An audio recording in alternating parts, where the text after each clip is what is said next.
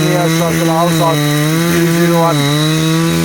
مع تحيات شركة الشرق الأوسط للاستثمار والتطوير الزراعي، مهندس أحمد مصطفى، ومعاكم لغاية ما ننزلها إن شاء الله.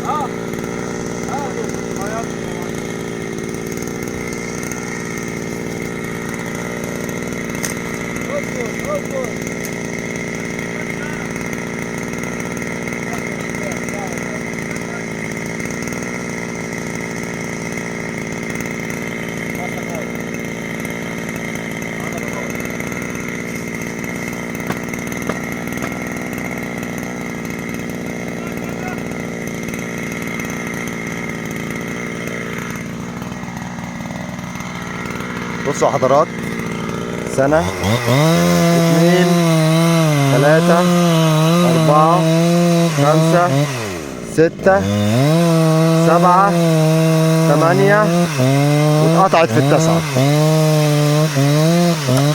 بولونيا الشرق الأوسط. الله أكبر.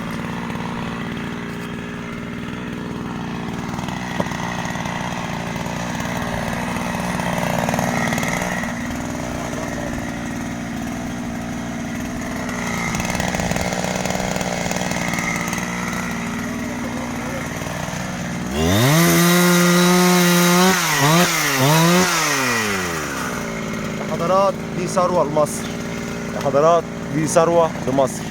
ثقافة إنتاج الأخشاب الخشبية أساسي في كل بيت، أساسي في التصنيع، أساسي في المدارس، أساسي في الأسمرات، أساسي في تحيا مصر، أساسي في كل حتة.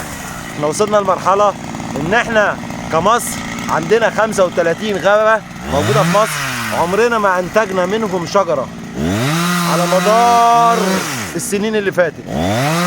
ده أول مرة في تاريخ مصر تنتج أخشاب، مع العلم أجود أنواع الأخشاب العالمية طبقا لمواصفات الأخشاب والقياسات العالمية. والله على مع كل شيء. الموضوع سهل، الموضوع بسيط. من 7 ل9 سنوات على حسب تربيتك بتاخد أحلى إنتاج. 3 خشبات اللي بيخشوا الأبلكاش منهم البولونيا، 3 شجرات اللي بيخشوا الأبلكاش منهم البولونيا. ايه تاني؟ ايه تاني؟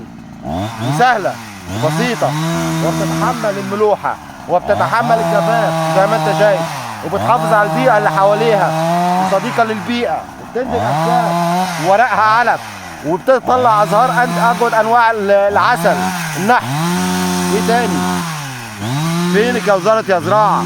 لما بص الاقي تقرير طالع من وزارة الزراعة تستهلك مياه يوميا من 8 ل 12 لتر. ازاي؟ احنا اهو على خط شبكة واحد مع الغل مع اليوسفي. ازاي يعني؟ انا اليوسفي كده معدله من 8 ل 12 لتر يومي. ازاي الكلام ده؟ صعبة الانتاج والاخصار. ازاي؟ ما احنا اهو.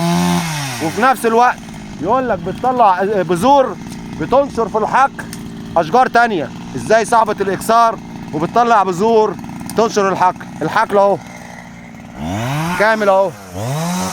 في اي شجرة تانية على مدار كام؟ على مدار 9 سنوات ما طلعتش واحدة.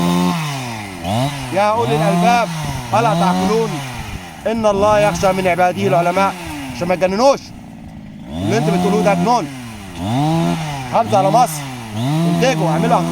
ابص الاقي التوصيه تكسوديوم وجزورين وكافور، كلها حاجات شعبيه وما بتديش اخشاب وعدوه للبيئه.